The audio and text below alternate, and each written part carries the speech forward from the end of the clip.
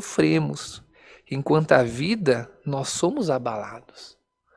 O Senhor, mesmo sendo o Senhor do universo, mesmo sendo aquele príncipe que abandonou as muralhas do seu castelo, toda a proteção divinal, e abandonou tudo, todo o seu poder, e se fez carne,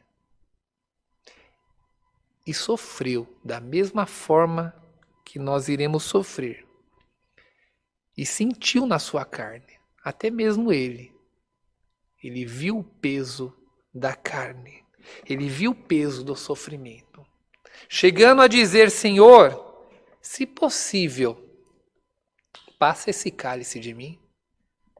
Se possível, Pai, tem como fazer de uma outra forma, não?